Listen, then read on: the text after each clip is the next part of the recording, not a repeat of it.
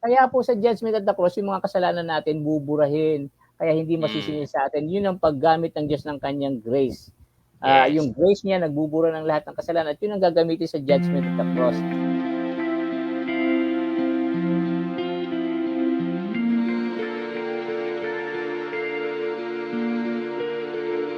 Merong katanungan si Pastor Erico Biernes Crono, siguro sagutin natin, Mark Paul, kasi tungkol sa judgment, ano? How can we explain Ecclesiastes 12:13-14? Mababasa mo ba, Mark Paul? O ako nang babasa? Sige po. Sige po, Okay, sabasahin ko. Sabi po dito, let us hear the conclusion of the whole matter. Fear God and keep His commandments, for this is the whole duty of man. For God shall bring every work into judgment with every secret thing, whether it is good or it is bad. Okay. Anong klaseng judgment ang tinutukoy dyan, Mark Paul? Sa tingin ko, yan yung second judgment na tinutukoy dyan. Kasi sabi dito, God will bring every deed into judgment, including every hidden thing, whether it is good or evil. So tinutukoy po dito yung second judgment sa Revelation 20. Kasi doon sa first judgment, sa judgment at the cross, yung mga masasama mong gawa, buburahin eh. Patatawarin kasi may forgiveness eh. So ito yung mga masasama mong gawa. Buburahin yan. Naalala ko yung kwento na nabasa ko sa libro na isang gigolo. Yung gigolo, yung male prostitute. Tapos, dun sa kwento lang parang parable to, hindi siya totoong kwento, pero parang parable. Nakarating daw siya sa langit. At pagdating doon sa langit, yung angel, kinausap siya.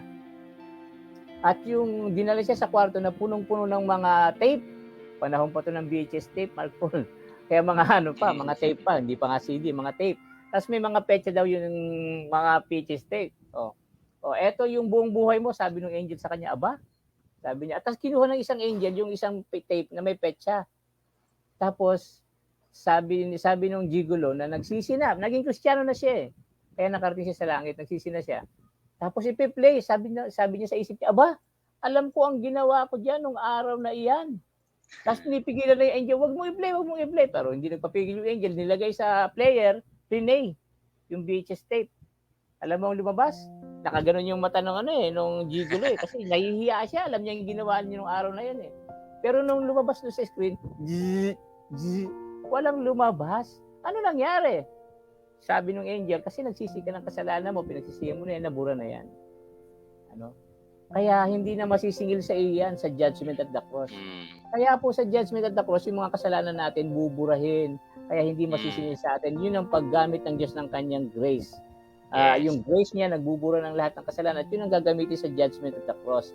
Yung judgment na tinutukoy dito, every deed into judgment, including every hidden thing, whether it is good or evil, ewan ko lang pero sa palagay ko, sa second judgment po ito. Yes. Kung saan hahatulan tayo sa mga hindi natin pinagsisihan. Kasi yung mga kasalanan na hindi natin pinagsisihan, yun ang gagamitin sa atin sa judgment eh.